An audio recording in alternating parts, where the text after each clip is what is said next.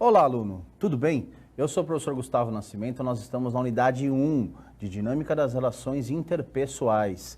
Antes de nós começarmos a matéria propriamente dita, eu quero apresentar um vídeo para você. Vamos lá?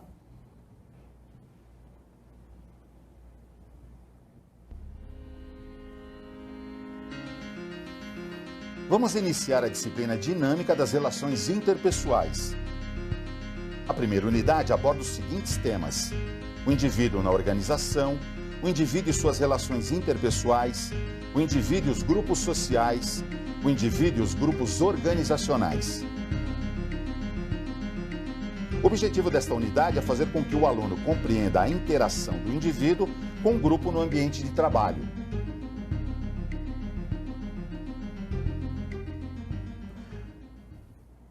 Muito bem, aluno. Você já percebeu que a nossa matéria vai tratar muito do indivíduo e a sua interação com o ambiente de trabalho. As crenças, os valores, as histórias todas das teorias que compõem todo esse processo. Para nós começarmos, vamos falar dos indivíduos na organização. Veja, aluno, nós temos uma história toda de organização ao longo de muitos anos. Lá que se iniciou lá na Revolução Industrial, a segunda grande Revolução Industrial, onde as pessoas saíram dos campos e começaram a atuar dentro dos meios sociais e principalmente integrados dentro de uma empresa, aluno. Nós tivemos uma mudança muito significativa no mundo como ele era antes conhecido, um mundo muito rural, um mundo muito agrário, para a migração para grandes centros. E isso se deu muito por conta da grande invenção ou das grandes invenções que se circularam nesse período, que são as máquinas. Elas tiveram uma fundamental importância dentro do mundo organizacional e que mudou a configuração do que nós temos hoje como um mundo, antes muito mais rural, muito mais agrário, hoje um mundo muito mais industrializado. Isso eu apresento aqui nesse livro-texto, aluno, para que você possa imergir e conversar bastante comigo nesse processo. Principalmente nós temos aqui, aluno, as teorias que tiveram a partir desse período, né? As diversas teorias, desde Taylor e Fayol, começando com a teoria mecanicista, com as primeiras teorias a respeito do homem dentro da organização, visando sempre melhorias cada vez mais completas e complexas ao longo dos anos, né? Nós tivemos depois Elton Mayo com a teoria das relações humanas, tivemos depois Maslow com a teoria do comportamento, até chegar numa visão muito mais holística hoje que nós temos da organização, onde a máquina deixou de ser o grande centro da atenção e sim o homem com as suas relações humanas, né? Para nós começarmos a falar a respeito da teoria das relações humanas, e, aliás, das teorias todas que envolvem um processo de uma organização, é importante nós definirmos três contextos fundamentais. Três aspectos configuram qualquer atividade organizacional. O primeiro deles é a estrutura. O que corresponde à estrutura nesse contexto, aluno? São os sistemas de trabalho internos adotados com base na definição da hierarquia administrativa. Quem manda, por que manda e quem deve obedecer. Para isso, não deixe de observar de que maneira é realizada a comunicação dos objetivos, da missão e das políticas organizacionais. A estrutura é um dos componentes fundamentais dentro do mundo organizacional, dentro de uma empresa. Eu preciso ter uma hierarquia, aluno. Eu preciso ter uma pirâmide, ou que seja no modelo vertical, ou ainda que seja no modelo mais moderno horizontal. Eu preciso saber o que cada um faz, de que forma faz, quem são os responsáveis pelo que dentro do mundo organizacional. Depois, naturalmente, eu tenho a tecnologia, diz respeito aos métodos de trabalho ditados pelos processos da organização e a todos os equipamentos envolvidos nas tarefas operacionais. A tecnologia é muito importante, principalmente no mundo competitivo que nós vivemos hoje. Eu preciso efetivamente saber de que forma que eu exerço esse meu diferencial competitivo também através da tecnologia. Ela dá o tom e dá o estilo da empresa na sua velocidade, no seu dinamismo e na sua concorrência para o mundo externo. E depois nós temos, naturalmente, o comportamento. É verificado na medida em que estudamos as formas como ocorrem as relações interpessoais nas empresas. Na empresa, os procedimentos adotados para administrar os recursos humanos da organização devem sustentar o conhecimento, saber fazer, as habilidades fazer e as atitudes, querer fazer, que garante o sucesso da empresa. Nada mais do que eu estou definindo aqui neste momento, aluno, justamente competência. que é o conhecimento, a habilidade e a atitude. Esses três juntos formam o que é a competência no mundo organizacional hoje. Fundamental, aluno. Como é que as pessoas antes cresciam dentro do mundo organizacional há 40, 50 anos? Eles cresciam por tempo de empresa. Então, uma pessoa entrava com cargo operacional e, de acordo com o tempo, com 20, 30 anos, ela se tornava um gerente, um chefe de seção. Nomenclaturas já ultrapassadas, aluno. Hoje nós falamos de competências organizacionais, principalmente depois dos anos 90, quando nós tivemos um processo acelerado de globalização, quando nós começamos a ter as competências definindo os padrões de comportamentos dentro da organização. Então, esses três componentes de estrutura, esses três aspectos, estrutura, tecnologia e comportamento, eles vão dar o tom de interação e vão formar uma cultura de uma organização, um modo de funcionar, um jeito de ser e de permanecer dentro da estrutura organizacional. É isso que vai diferenciar uma empresa da outra, um estilo de trabalho de outro. E isso é mais do que determinante na hora de recrutar pessoas, de selecionar pessoas, de avaliar, de desenvolver. É o que te atrai numa organização, não é só o produto que ela vende, mas o que ela te oferece de benefícios, de possibilidade de carreira, de interação, de clima organizacional.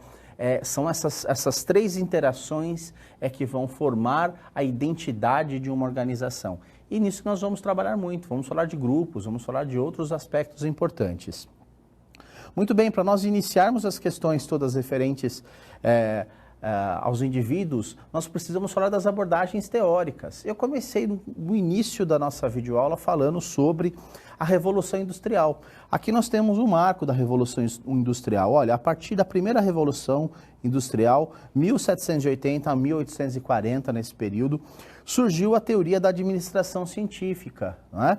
Nós tivemos aqui o Taylor, com os textos publicados em 1911, e depois o Fayol também, nesse mesmo período, e eles começaram a organizar o que seria, de fato, a empresa. Veja, aluno, imagine você o contexto que eu quero transmitir de imagem. Nós tínhamos um mundo absolutamente rural e agrário. Então, nós tínhamos um profissional chamado artesão. Ele produzia uma mesa como essa daqui, aluno, ele precisava levar aqui uns 3 meses para fazer isso. Ele tinha que ir na floresta, cortar uma árvore, preparar todo esse material, desenvolver, né, com serras, com lixas, para se chegar nesse formato. E isso levava 2, 3 meses para ele conseguir fazer uma mesa como essa. De repente, o homem, através das máquinas, começou a aprimorar esse processo. Primeiro com vapor, depois propriamente com a energia elétrica. E aí eu tinha uma máquina que cortava isso daqui nesta medida exata e produzia esse mesmo processo. Ele levava 1 dia e meio, 2 dias. De 3 meses foi para 1 dia e meio. Este profissional que antes fazia esse trabalho, os agricultores que plantavam batata, cebola e trocavam entre si, se viram na obrigação de sair dos meios rurais e conhecer essa novidade que são as máquinas. Que máquina é essa? O que eles estão trazendo de novo aqui?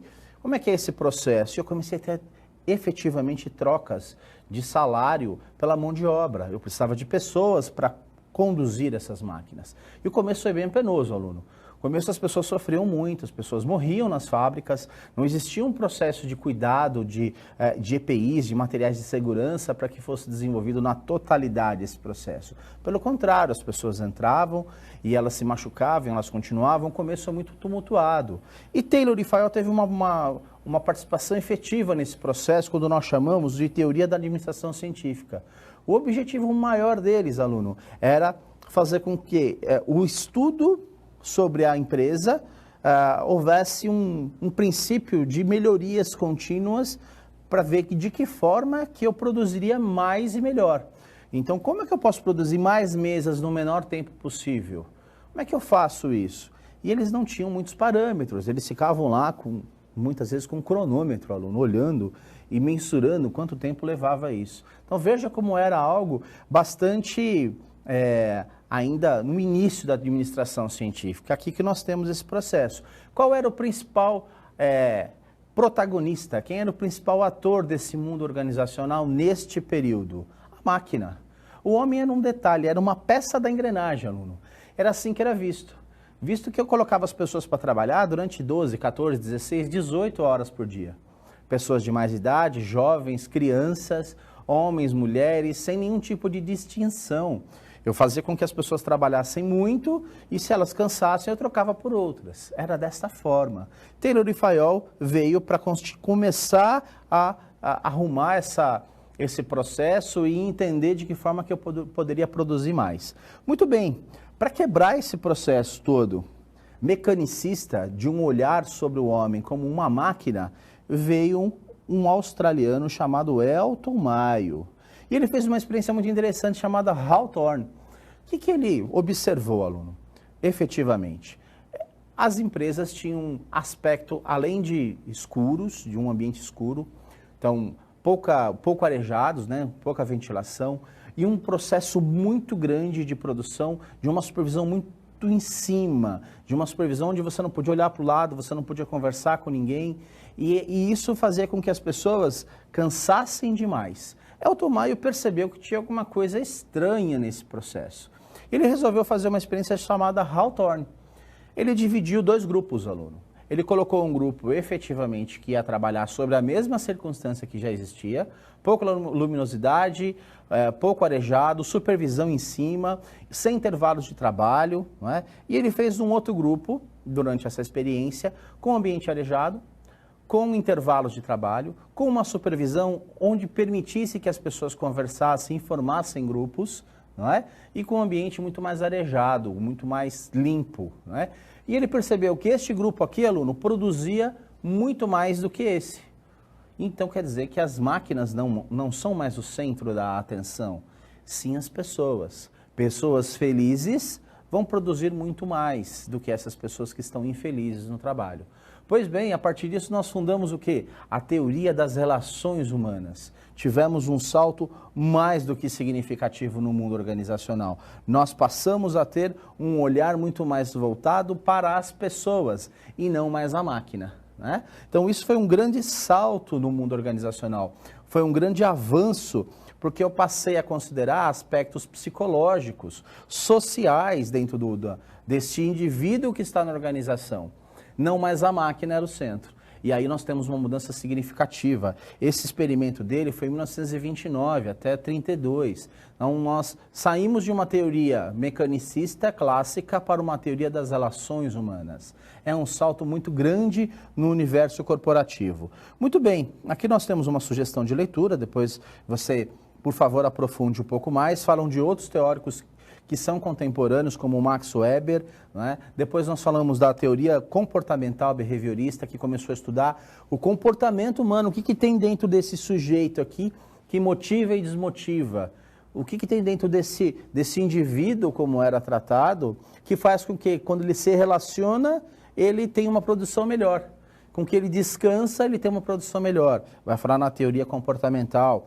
Nós temos a teoria XY de McGregor, que também trata o homem, deixa de ser mecanicista para ser uma pessoa muito mais voltada para o humano, né? Então essas teorias todas, elas vão tratar desses processos que nós desenvolvemos ao longo de muitos anos nas empresas, na administração. Nós temos hoje as teorias mais modernas, nós evoluímos como profissionais, nós evoluímos com teorias. Passado de Elton Mayo, nós tivemos Peter Drucker, que é um gênio da administração. Nós temos Maslow, que nós vamos falar sobre ele também, na teoria comportamental. E nós chegamos à teoria, inclusive, emergentes, né, que nós temos hoje de gestão. Teorias como a visão holística, que defende o fim das estruturas de cargos, partindo do princípio que a individualidade é prejudicada pela noção de autoridade. Nós temos a administração empreendedora, nós temos diversas teorias que modernizaram a evolução do processo de administração como nós temos hoje e como ele é conhecido. Tá certo, aluno? Nós inauguramos então a nossa aula e eu gostaria de começar o nosso primeiro momento de interatividade. Aqui eu tenho aspectos fundamentais de uma organização que nós já discutimos há pouco. Eu queria convidá-lo a que você fizesse esse movimento aqui e colocasse na ordem certinha de cada um deles, de acordo com estrutura, tecnologia, prática, inteligência e comportamento. Vou dar um instante para você pensar, nosso primeiro momento de interatividade. Daqui a pouco eu volto com a resposta. Pessoal, aluno, vamos lá? Então eu quero comentar com você como nós fizemos a nossa estrutura aqui, ó. Vamos lá. Comigo, faz junto comigo aqui, ó. Estrutura como sendo o primeiro, tecnologia segundo e o comportamento como sendo o terceiro, confirmando, não é? Então veja só a estrutura, aluno. Nós falamos na videoaula passada, trabalhando exatamente como a empresa funciona. A sua estrutura organizacional, a sua hierarquia, quem são as pessoas envolvidas, a tecnologia que vai dar todo o tom de competitividade nesse mercado que nós utilizamos e principalmente o comportamento interagindo com esses outros dois aspectos, trabalhando essencialmente quem é esse ser humano dentro da organização, quem é esse indivíduo e como ele vai lidar com todo esse processo dentro da cultura organizacional reinante. Muito bem, vamos seguir aqui. Vamos falar sobre o homem e as suas relações interpessoais, aluno. O ser humano difere dos outros animais pela sua capacidade de pensar naturalmente, né? Nós temos muitas diferenças entre os pensamentos, nós temos histórias de vida diferentes que vão se encontrar dentro do mundo organizacional. Nós temos valores que foram nos passados desde o nascimento e isso tudo vai se encontrar, de acordo com o nosso desenvolvimento, dentro do mundo organizacional. Queria que você prestasse um pouco de atenção aqui, aluno, justamente sobre esses aspectos aqui que para que a Venato são muito, muito importantes, extremamente fundamentais. São eles, tudo bem, o cognitivo. Ele trata justamente da responsabilidade pela aquisição de conhecimento, aluno, né? Pelo desenvolvimento das estruturas mentais que os indivíduos constroem desde a infância. Nós temos o afetivo ou emocional, que é responsável pelo desenvolvimento das emoções que nós temos ao longo da nossa história de vida. Nós temos o relacional, responsável pelo desenvolvimento, aluno, das relações, da nossa socialização, que começa com um grupo pequenininho, né, de família, entre os pais, os responsáveis pela criação, até aumentando gradativamente, passando pelo âmbito de escola, pelo âmbito da comunidade que você vive, da rua que você mora, depois pelos clubes, passando por aspectos cada vez mais de desenvolvimento humano com maiores grupos cada vez mais presentes, depois faculdades, depois grupos de amigos que você vai levando ao longo da vida. E por último, o biológico, que determina o equilíbrio do corpo, que é o sistema físico e garante-lhe a saúde e a qualidade de vida que você possui. Então, o ambiente de trabalho, ele vai se configurar com toda essa reunião de pessoas que nós chamamos aqui, ó, de um grande todo chamado organização, né? Então ele vai ser dotado de peculiaridades, de situações extremamente pontuais que vão se encontrar dentro desse universo corporativo. Então, os indivíduos, aluno, nós vamos ter mudanças significativas. A personalidade de um adulto é considerada, de maneira geral, como um resultado dos fatores ambientais e hereditários, moderados pelas condições situacionais. O que Robbins quer dizer nessa? Eu quero chamar a atenção para você justamente nesta frase, que a personalidade do adulto é considerada resultado dos fatores ambientais e hereditários. E as condições situacionais, aluno, veja só a mudança que nós temos significativa quando nós tratávamos antes como uma máquina e agora muito mais como um ambiente organizacional. As pessoas são dotadas de todos os seus fatores biológicos hereditários. Nós temos as considerações de condições ambientais e principalmente das situações vividas a cada momento. Então, isso vai determinar a maneira como um líder age dentro de uma empresa, vai determinar a maneira como que as pessoas se relacionam dentro do ambiente, o quanto você se identifica com esse processo ou não no mundo organizacional. Essa é uma diferença significativa quando nós falamos dos indivíduos. Essa cultura que você apresenta para ingressar no mundo organizacional é fundamental para um bom desenvolvimento do trabalho. Por isso, hoje nós tratamos, aluno, que cada vez mais eu preciso considerar a cultura de uma empresa para ter um profissional cada vez mais próximo desta nossa realidade. Então, a nossa personalidade é moldada e influenciada de acordo com os acontecimentos que nós vivemos ao longo da nossa vida. Muito bem, vamos seguir. Objetivos e meta. A busca comum de qualquer organização é a aproximação dessas pessoas para que todas caminhem na mesma direção, aluno. O grande objetivo de uma organização é fazer com que todas as pessoas possam produzir diante de um mesmo cenário e caminhar para um mesmo objetivo. Esse é o grande desafio que nós temos nas organizações atualmente. É algo bastante complexo, né? Porque eu tenho que considerar que cada indivíduo tem uma formação e um objetivo, uma motivação, que nós vamos tratar mais para frente sobre isso, para alcançar esse caminho. E eu tenho um papel aí fundamental que nós vamos discutir ainda nessa videoaula sobre a liderança. Ela vai exercer todo um processo fundamental na busca deste ideal. E eu chamo a atenção aqui para que você possa ler. Nós temos um primeiro lembrete aqui, no grupo família, nossa entrada é involuntária, nos demais grupos é voluntária, quer dizer, eu vou me desenvolver e eu vou buscar grupos que façam sentido para mim, para que esses objetivos possam se tornar realidade. Então, nossas interações, nossos relacionamentos são influenciados por essas experiências todas, que vai formando a nossa personalidade. Nós temos aqui mais uma observação no Saiba Mais. A Interpretação dos Sonhos é um livro fundamental do Freud, que trouxe uma luz muito grande sobre essa formação da personalidade. Portanto, aluno, chamo a atenção aqui mais uma vez, o ser humano tem a necessidade de viver em busca de suas realizações pessoais e profissionais. E é justamente neste universo que nós vamos ter o encontro desses ideais, desses objetivos e metas dentro da organização. A organização precisa proporcionar que isso aconteça, aluno. Proporcionar que as pessoas possam se realizar como pessoas dentro do mundo organizacional. Isso é fundamental, né, para a evolução da própria organização. Nós temos aqui uma leitura importante que eu quero que você se baseie, das relações sociais baseadas nas trocas, da importância que se tem a formação de grupos, um assunto que nós vamos discutir um pouquinho mais adiante. Muito bem, nós temos aqui um caso prático do Jorge, que é um executivo de uma grande empresa, um trabalhador muito sério, honesto e dedicado, com quase 20 anos de casa. Não é? Um belo dia ele vai ao presidente da empresa e faz uma reclamação. Vamos ver o que o Jorge diz aqui, ó. Tenho trabalhado durante todo esse tempo com muita dedicação, mas agora me sinto injustiçado. Pedro está conosco há somente 3 anos e já está ganhando mais do que eu. O que acontece com Pedro aqui? O patrão finge não ter ouvido e, cumprimentando-o, diz: foi bom você ter vindo. Tenho um problema para resolver e você pode me ajudar. Estou querendo dar ao nosso pessoal uma sobremesa após o almoço de hoje. Na esquina há uma barraca de frutas. Vá até lá e veja se tem abacaxi. Jorge, sem entender nada, sai da sala e vai cumprir a tarefa. Em 5 minutos ele volta. Como é? A pergunta de Jorge. Como é? Verifiquei com o senhor, como o senhor mandou, e a barraca tem abacaxi. E quanto custa cada um? Veja as indas e vindas de Jorge. Isso eu não perguntei não. Quer dizer, vai voltar de novo, Jorge.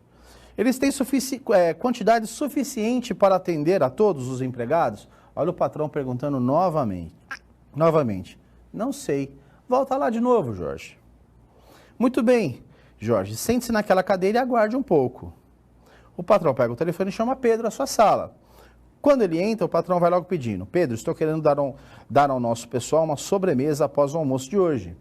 Na esquina, uma barraca de frutas. Vá até lá e veja se tem abacaxi. A mesma pergunta que ele fez para o Jorge. Em 8 minutos ele já está de volta. E veja a resposta. Então, Pedro, tem abacaxi sim. A quantidade é suficiente para todo o pessoal. E se eu quiser, ele tem laranja e banana. E o preço? Bom, eles estão vendendo o abacaxi a R$1 o quilo, a banana a R$1 a dúzia e a laranja a 20 o cento, já descascada. Mas, como eu disse que a quantidade era grande, eles me deram um desconto de 20%. Deixei reservado o abacaxi caso o senhor resolva comprá-lo. Agradecendo as informações, o patrão dispensa Pedro e volta-se para Jorge sentado ao seu lado.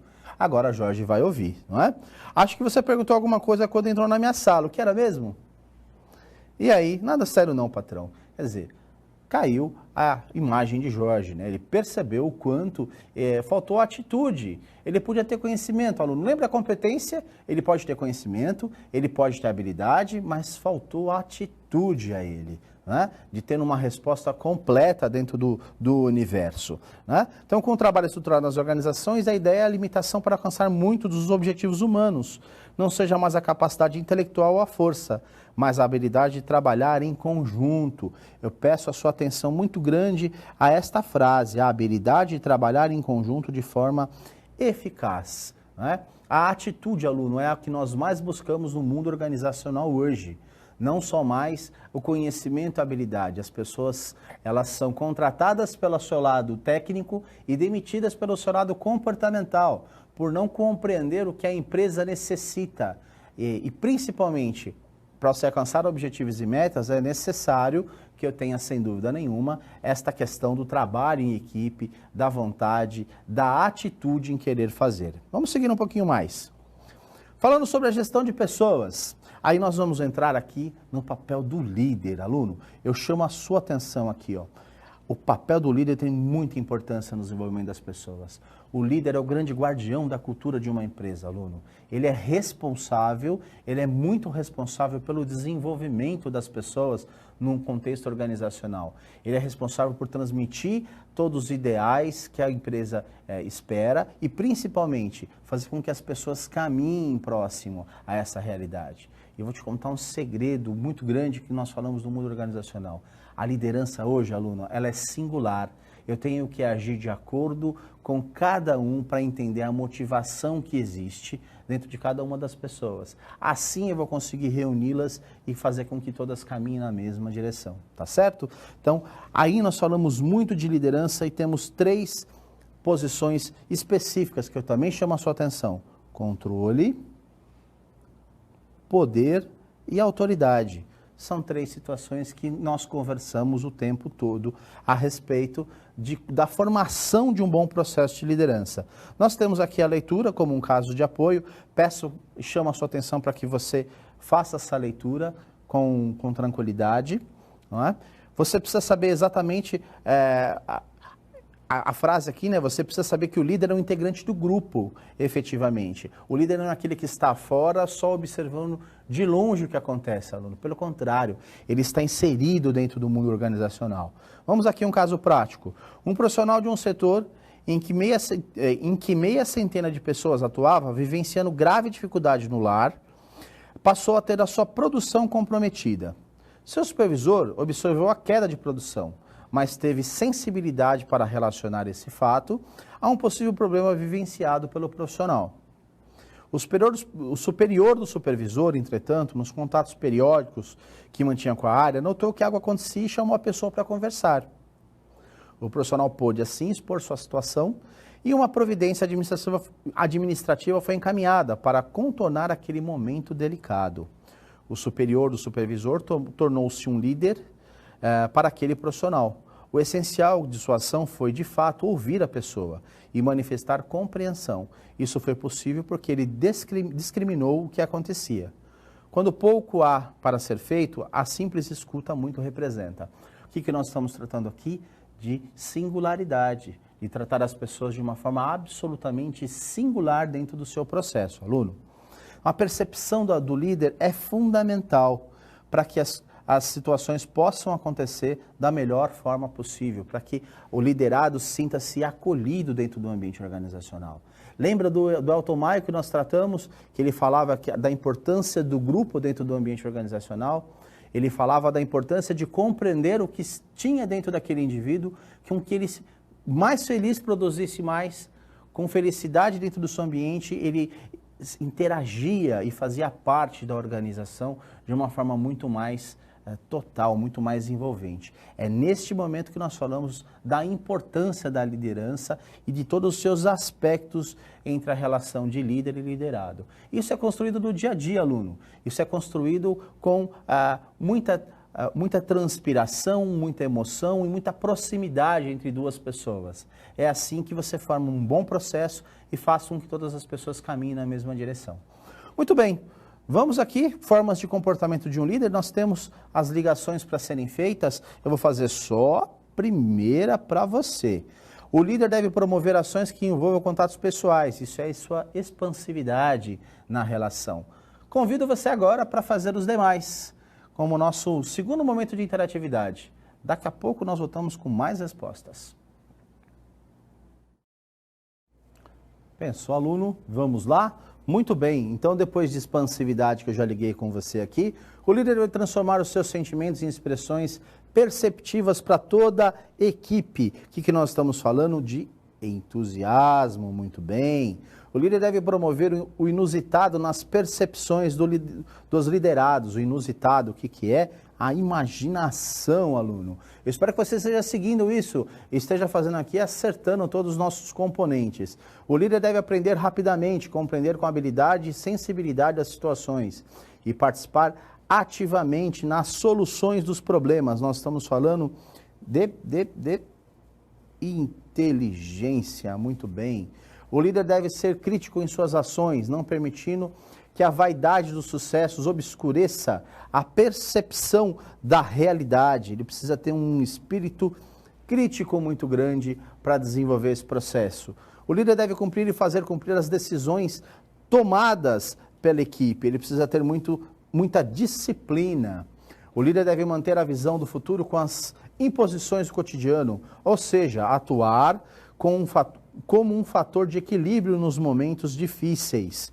Nos momentos adequados, perdão, que me perdi. Atuar no momento de equilíbrio nos momentos adequados, isso mesmo. E nós estamos falando de estabilidade emocional. O líder deve permitir experimentar de forma espontânea as inovações que o ambiente e sua equipe lhe proporciona. Nós estamos falando de ousadia, aluno. Muito bem. O líder deve ter visão, sem descuidar do senso crítico, do senso prático a respeito de tarefas e metas. Nós estamos falando de sensibilidade. Depois nós estamos falando do líder deve atuar com eficiência nas situações de conflito na equipe. Nós estamos falando de senso de justiça e, não menos importante, o líder deve confiar na equipe e transmitir credibilidade à confiança. Muito bem, aluno, nós fechamos aqui esses aspectos importantes no comportamento de um líder, né? O meio ambiente, aluno, o meio ambiente é fundamental para que o desenvolvimento possa acontecer na sua extrema potencialidade. A dinâmica das relações interpessoais sempre acontece no ambiente que recebe interferência de outras pessoas, né? Cada organização tem a sua cultura. Eu quero chamar a atenção para esta frase aqui, ó. Presta muita atenção aqui em mim, aluno. Vamos lá, olha. Cada organização tem a sua cultura organizacional ou cultura corporativa. Para se conhecer uma organização, o primeiro passo é conhecer a sua cultura. Aluno, veja só a importância dessa frase. Nós estamos tratando de liderança, estamos tratando de pessoas.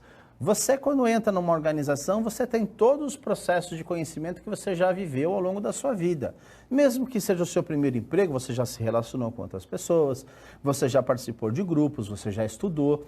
Quando você entra na organização, você tem uma cultura que você traz. É muito importante nesse momento, a área de recursos humanos compreender se esta cultura organizacional que você traz está próxima ou quão está distante da cultura da organização. Para que isso possa ter, quanto mais próximo isso estiver, aluno, maior será o seu desenvolvimento dentro da empresa. Os custos da empresa, pelo seu lado, serão menores de integração, desenvolvimento, treinamento, da sua capacidade, não é? Eu vou aprimorar aquilo que você já é muito bom. Se isso estiver muito distante, eu vou ter mais trabalho para trazer e aproximar o aluno. Então, ter pessoas com a cultura de acordo vai interferir diretamente no meio ambiente. As pessoas, quanto mais próximas elas estiverem à cultura da empresa, mesmo que são diferentes de personalidade, melhor será a integração desta equipe de trabalho. Perfeito? Muito bem. Aí nós temos um caso prático que eu peço a sua leitura depois. Nós temos também uma continuidade aqui que fala do micro e do macro ambiente. É importante você ler isso aqui, aluno, e entender, compreender um pouquinho mais.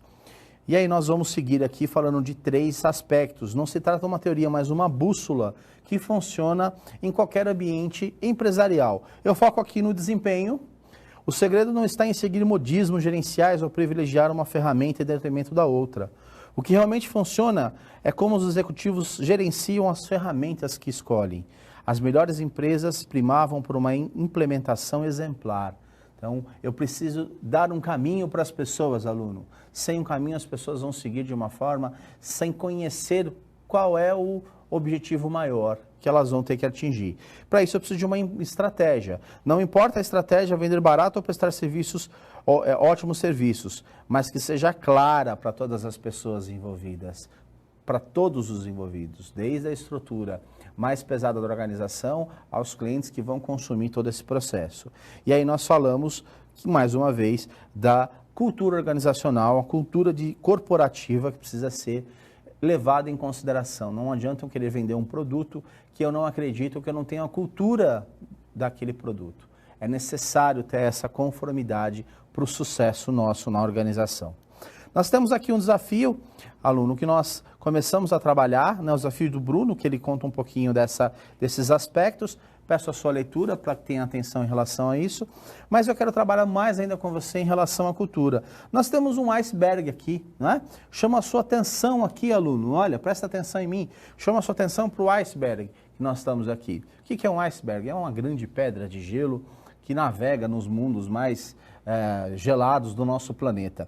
E eu tenho uma divisão aqui, se você notou, nós temos uma parte do iceberg que é notada, a parte de cima, e nós temos uma parte do iceberg que é para baixo, que não é notada, não é? Vamos clicar aqui para entender. O que está acima que nós conhecemos? A estrutura organizacional na empresa, sem dúvida nenhuma. Conheço quem são as pessoas, o que elas fazem, setores, conheço o RH, conheço o marketing, conheço o comercial, sei quem é quem dentro desse universo.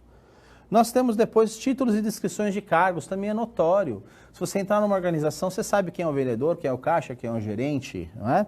Nós temos métodos e procedimentos, você conhece isso, você visualiza isso com facilidade numa cultura. Você sabe os preços, você sabe como eles trabalham em termos financeiros, você conhece as políticas, você enxerga isso como é tratamento de um com o outro dentro do ambiente, você enxerga a produtividade, você consegue ver com clareza os números de um processo. Quanto uma loja vende, você consegue enxergar isso facilmente. Você consegue enxergar a tecnologia existente dentro do processo. E você consegue enxergar também os métodos e procedimentos de trabalho. Isso é muito visual, aluno, dentro do mundo organizacional. Agora, quando nós vamos falar de cultura, o que está por baixo, abaixo desse iceberg, abaixo da linha do mar aqui, que está para baixo, é padrões de influência e de poder. Quem manda, quando manda, como funciona. Isso já começa a comprometer um pouquinho mais o nosso universo. É o que está na cultura que eu não enxergo, aluno. É o que está na cultura que eu não consigo visualizar. Aí eu tenho sentimentos e normas coletivos, o sentimento das pessoas, as tratativas internas eu já não consigo enxergar tanto. As interações, né, os padrões de interações formais da organização, quem manda, como age, como trata as pessoas. Dificilmente eu vou entrar numa loja e vou ver um gerente gritando com um funcionário, mas ele pode fazer isso internamente de uma forma errada. As relações afetivas também não consigo enxergar, assim como as percepções e atitude das pessoas nos bastidores. Isso tudo, aluno, é cultura. Tudo isso aqui é cultura, independente de qualquer circunstância, mesmo o que aparece e principalmente o que não aparece. É importante, no momento de seleção, no momento de desenvolvimento, eu aplicar o conhecimento dessa cultura organizacional, saber dela, para enxergar se essas pessoas estão aptas a lidar com essas circunstâncias no dia a dia, não é? Muito bem, vamos seguir aqui. O homem em suas interações com os grupos sociais. Nós temos fatores de comportamento dentro dos grupos sociais, aluno, naturalmente. Nós temos fatores externos e nós temos fatores internos, né? Vamos aqui aos fatores que são internos, que nós podemos considerar. Muito bem. Internos. Ambiente que se envolve, as características organizacionais, os fatores sociais, a integração das pessoas, as políticas organizacionais, não é? Os sistemas de recompensas e punições, a aceitação na equipe, são todos fatores internos dentro do ambiente organizacional. E também fatores externos. Todos esses fatores que estão aqui presentes, alunos, internos e externos, eles vão influenciar diretamente o desenvolvimento das pessoas. Veja, vamos dar exemplos práticos para que você compreenda o que eu estou trabalhando. Nós estamos falando de lidar no dia a dia, né? Os fatores internos, os fatores de uma política, de uma organização. Imagine você entrando no seu primeiro dia de trabalho. Como são as pessoas? Como é o ambiente organizacional? Alguém vai te acolher, vai te dizer, olha, isso aqui é a sua mesa, olha, isso aqui você vai fazer tal coisa, isso aqui você vai trabalhar dessa forma. Alguém vai te acolher e fala assim, vamos almoçar comigo hoje? Tudo isso vai influenciar diretamente a qualidade da formação e do desenvolvimento das pessoas dentro do ambiente organizacional. Será fundamental esse tipo de ação, principalmente demandado pelo líder, para que as coisas possam funcionar da melhor forma possível, né? Para explicar melhor esses estímulos, precisamos entender essas 3 premissas que explicam o comportamento humano. Primeiro delas, que eu chamo a sua atenção aqui, ó. Comportamento é causado por estímulos internos e externos. Esses estímulos envolvem aspectos hereditários e o meio ambiente, que influencia de forma decisiva o comportamento das pessoas. Verdade. Nós temos o comportamento emotivado. O comportamento é sempre orientado ou dirigido para algum objetivo. E todo tipo de comportamento sempre existe uma finalidade a ser confrontada. E o comportamento é orientado por objetivos. Todo comportamento é baseado em impulso, desejo, necessidade, tendência, expressões que servem para direcionar os motivos deste comportamento. Aluno, muito bem, nós temos uma leitura aqui que eu gostaria que você continuasse esse ciclo motivacional e entender um pouquinho como funciona, né? Rapidamente, para explicar esse ciclo, nós temos uma situação. Aluno, imagine você dentro de uma sala de aula. Ó, presta atenção aqui em mim. Você está dentro de uma sala de aula, o professor está lá explicando, tal. De repente ele para a aula e fala assim, eu vou dar uma prova agora para você. Agora. Você está numa situação de equilíbrio, está tranquilo. Eu gerei um estímulo ou um incentivo, vou te aplicar uma prova já. Você tem uma necessidade, você treme, você vai atrás, você tem uma situação de tensão. Olha o ciclo motivacional aqui, ó. Tensão, tensão, um comportamento específico que vai gerar uma satisfação, ou não, né? Se você for mal na prova, vai gerar uma satisfação para que você entre novamente num processo de tranquilidade. Esse ciclo motivacional, aluno, ele é fundamental no desenvolvimento das ações. Se eu gerar um ciclo motivacional sempre negativo, que no lugar dessa satisfação eu sempre tenho algo negativo, você vai se estressar, você vai cansar, você vai começar a faltar na empresa, você vai começar a jogar isso para o seu corpo, é onde as pessoas têm um turnover, saem da organização, porque algo está errado. Então veja como a importância, a leitura do ciclo motivacional junto do ambiente permite que eu entenda como as relações das pessoas estão se dando. Se está saudável, se não está, né? Um segredinho aqui. Quando eu entro numa organização, a primeira coisa que eu peço é o turnover da organização. Como ela está? É uma empresa que as pessoas entram e saem com facilidade? Opa, tem alguma coisa errada. Provavelmente as relações não estão sendo saudáveis, porque esse ciclo motivacional, no lugar da satisfação, está a insatisfação.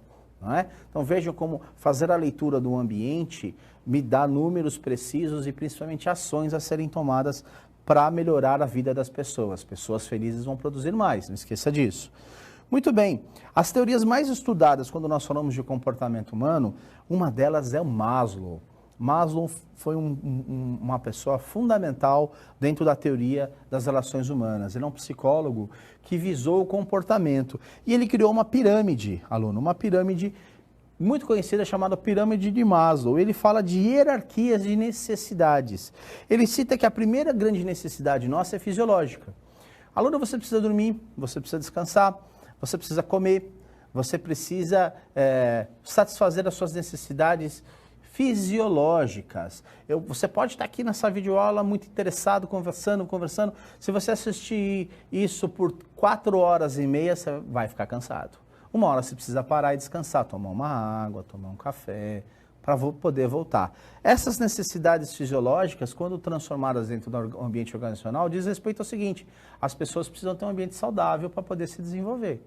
Elas precisam ter períodos de descanso. Depois nós temos necessidade de segurança.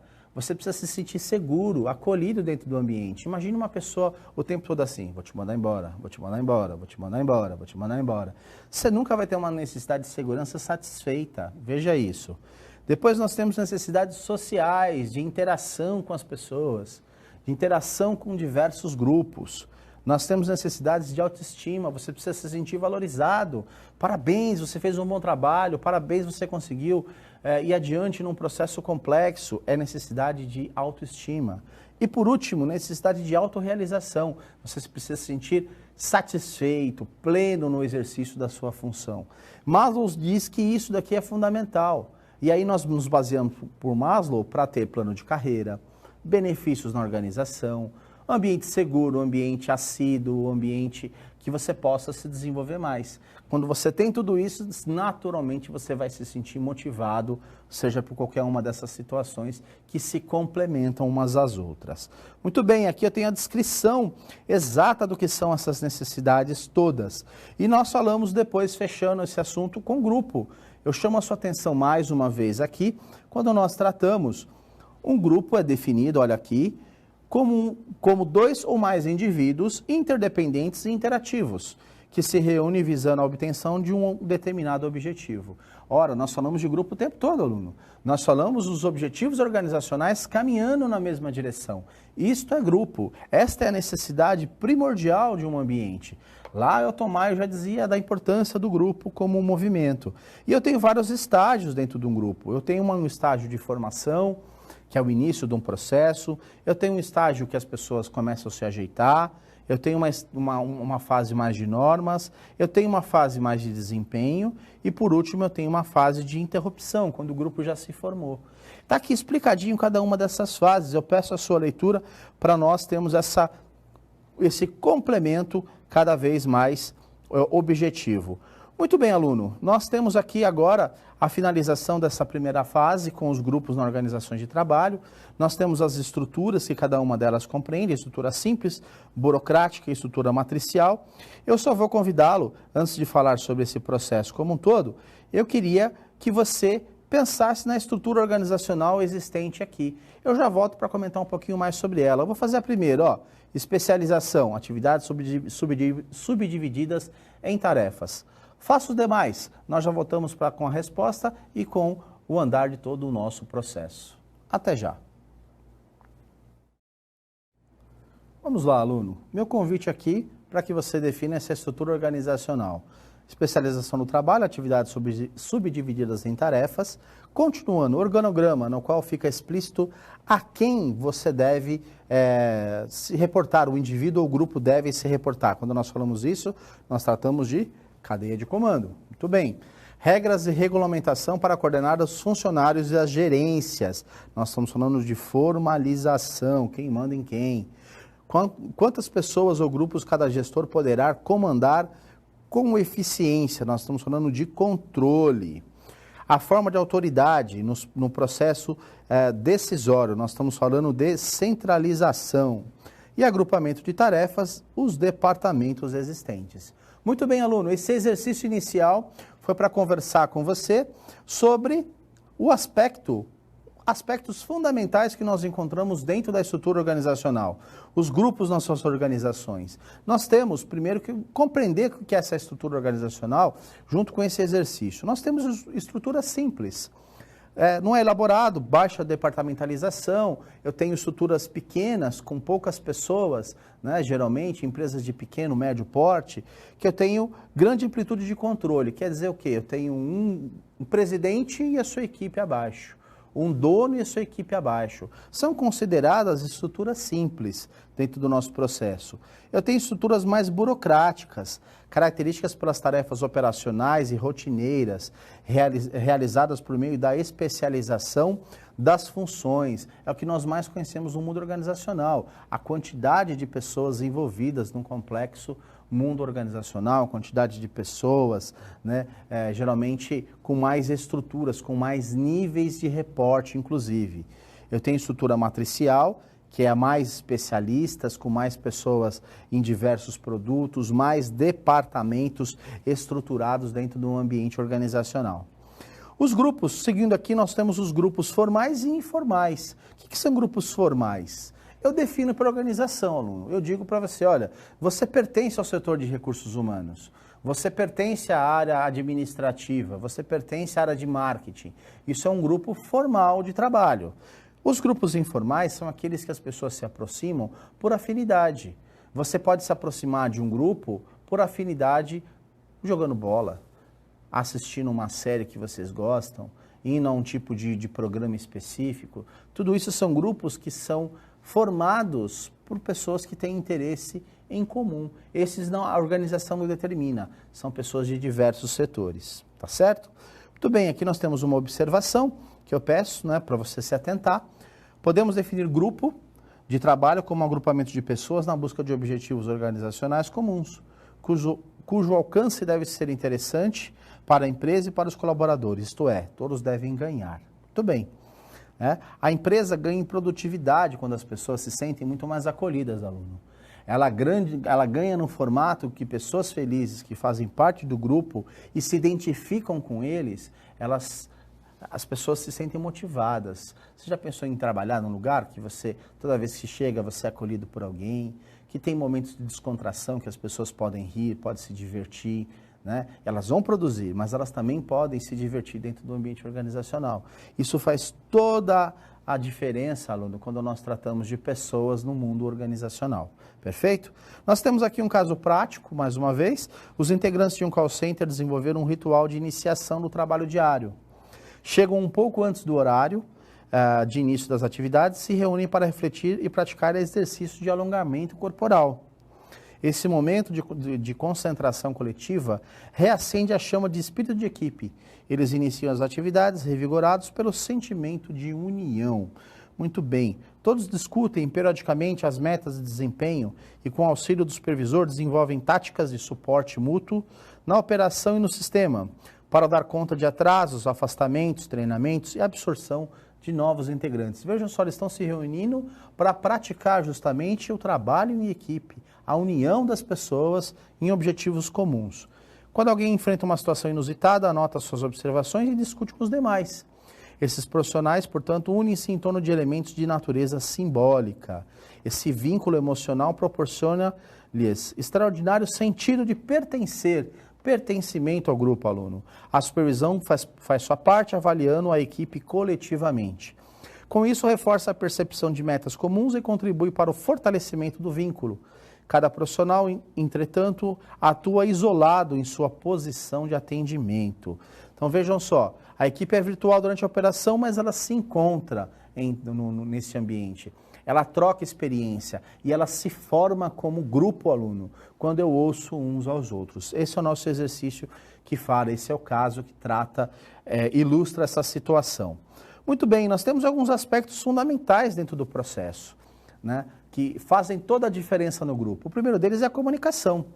Se comunicar é uma arte, aluno. Se comunicar é algo bastante complexo, porque depende do estado de espírito de quem recebe a informação aí do outro lado. Então é fundamental que eu tenha uma pessoa ali com bom estado de espírito para receber essa informação. Isso eu não consigo garantir, mas o quanto mais eu utilizar os meus canais de comunicação, melhor será a transmissão dessa informação. E aí nós temos aqui uma leitura que eu peço para que você se atente, que fala justamente um pouco sobre os estilos de comunicação presentes no mundo organizacional. O aspecto liderança, sem dúvida nenhuma, eu preciso primeiro liderar a mim, né? Eu tenho uma liderança primeiro de si, para depois liderar o outro. Eu preciso exercer uma liderança sobre os meus aspectos emocionais e gerenciais para depois liderar os demais.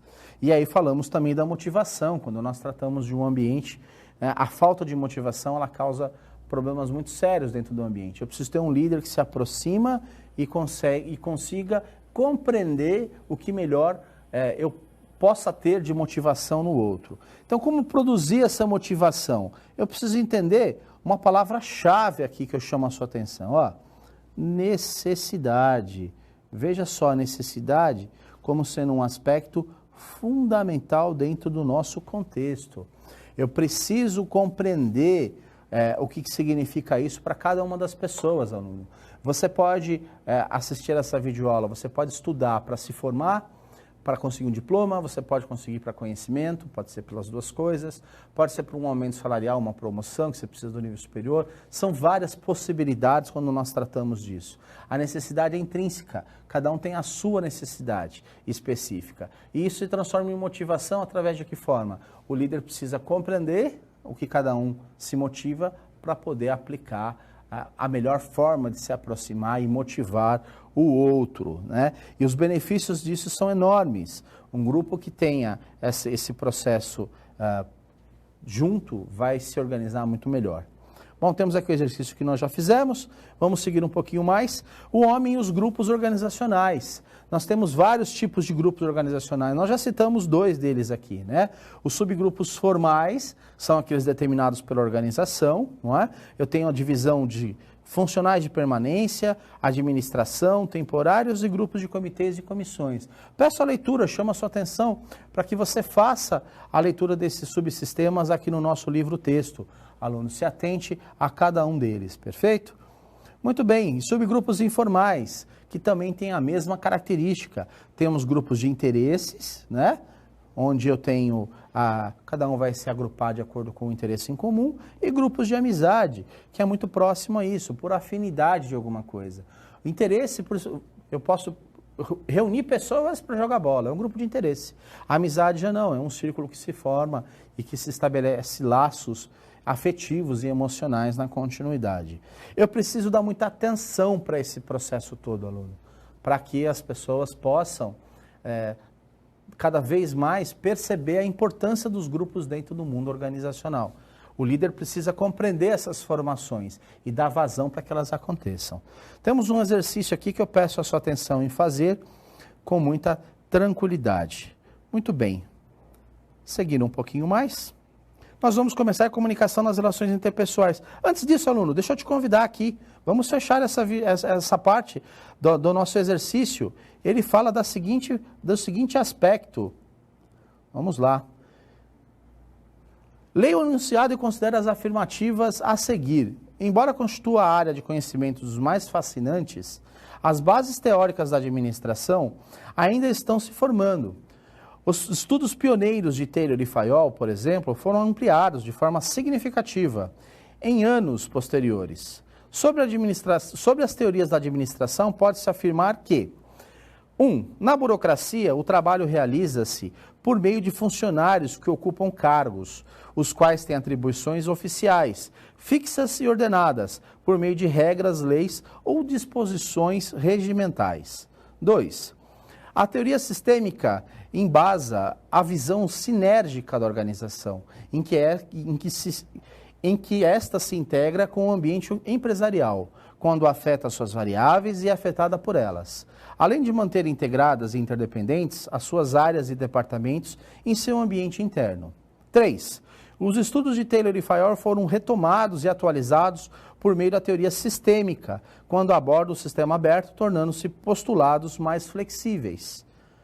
4. A Escola das Relações Humanas apresentou a existência da organização informal e das necessidades sociais das pessoas na organização. De acordo com os preceitos da teoria burocrática, da burocracia, na implementação dos procedimentos organizacionais, peca-se sempre pelo excesso de burocracia. Muito bem, assinale a alternativa correta. Nós vamos considerar esse o nosso último momento de interatividade, aluno. Queria que você fizesse uma reflexão sobre ela e confirmasse a alternativa que você acha que é a correta. Qual que você acha, aluno? Seria A, B. As alternativas 1, 2 e 4 estão corretas. As demais, aluno, elas estão erradas. Vale a pena a reflexão, a leitura, você retomar o livro-texto para você se aprofundar mais no porquê que elas estão certas e porquê que elas estão erradas, tá certo? Bom, fechamos essa primeira unidade nossa. Nos vemos na segunda, muito em breve. Até já e obrigado.